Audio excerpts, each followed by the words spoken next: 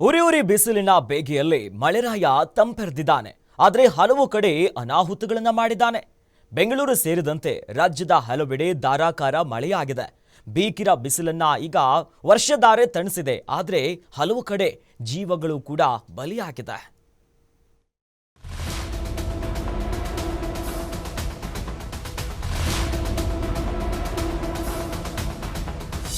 ಬಿಸಿಲು ಬಿಸಿಲು ಯಪ್ಪ ಎಷ್ಟು ಬಿಸಿಲು, ಒಂದು ಮಳೆ ಬರಬಾರ್ದ ಅಂತ ರಾಜ್ಯದ ಜನ ಕಾಯ್ತಾ ಇದ್ರು. ಒಂದೇ ಒಂದು ಮಳೆ ಬಂದ್ರೆ ಒಂದಿಷ್ಟು ತಂಪಾದ ವಾತಾವರಣ ಸೃಷ್ಟಿಯಾಗತ್ತೆ ಅಂತ ಬಯಸಿದ್ರು. ಆದ್ರೆ ಇಂದು ಸುರಿದ ಮಳೆ ರಾಜ್ಯದಲ್ಲಿ 6 ಜನರ ಜೀವವನ್ನ ಬಲಿ ಪಡೆದಿದೆ. ರಾಜ್ಯದ ಹಲವೆಡೆ ಗುಡುಗು ಸಿಡಿಲು ಸಹಿತ ಭಾರೀ ಮಳೆ. ಧಾರಾಕಾರ ಮಳೆಗೆ ರಾಜ್ಯದ 6 ಜನ ಬಲಿ.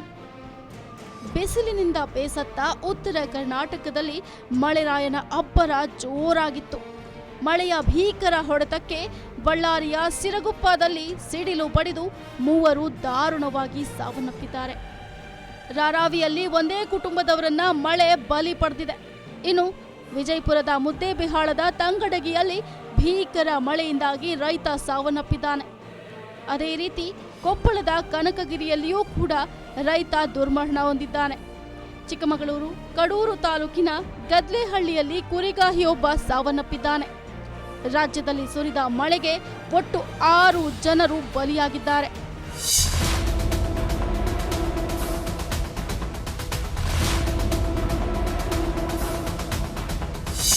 ಬಾಗಲಕೋಟೆಯ ಜಮಖಂಡಿ ಕಾಗವಾಡ ರಾಜ್ಯ ಹೆದ್ದಾರಿಯಲ್ಲಿ ಹುಣಸೆ ಮರ ಅಡ್ಡಲಾಗಿ ಬಿದ್ದಿದ್ದು ಹೆದ್ದಾರಿ ಸಂಚಾರ ಬಂದ್ ಆಗಿದೆ.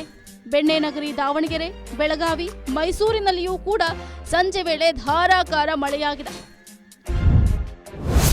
ಬೆಂಗಳೂರಿನ ಹಲವೆಡೆ ಆಲಿಕಲ್ಲು ಮಳೆ.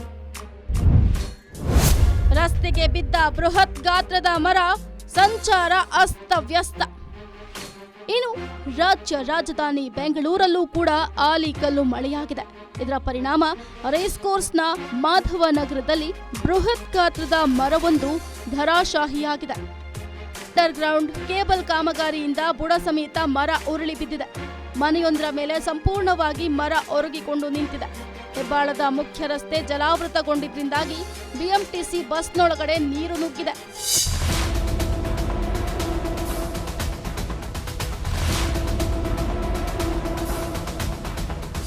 ಇನ್ನು ರಾಷ್ಟ್ರ ರಾಜಧಾನಿ ದೆಹಲಿ, ಹರಿಯಾಣ ಸೇರಿದಂತೆ ಬಹುತೇಕ ಕಡೆಗಳಲ್ಲಿ ಭಾರೀ ಮಳೆಯಾಗಿದೆ. ರಾಜ್ಯದಲ್ಲಿನ ಭೀಕರ ಬಿಸಿಲಿಗೆ ತಂಪೆರೆದಿರುವ ವರುಣರಾಯ ಹಲವು ಕಡೆ ಭಾರೀ ಅನಾಹುತವನ್ನೇ ಸೃಷ್ಟಿ ಮಾಡಿದ್ದಾನೆ. News desk, guarantee news.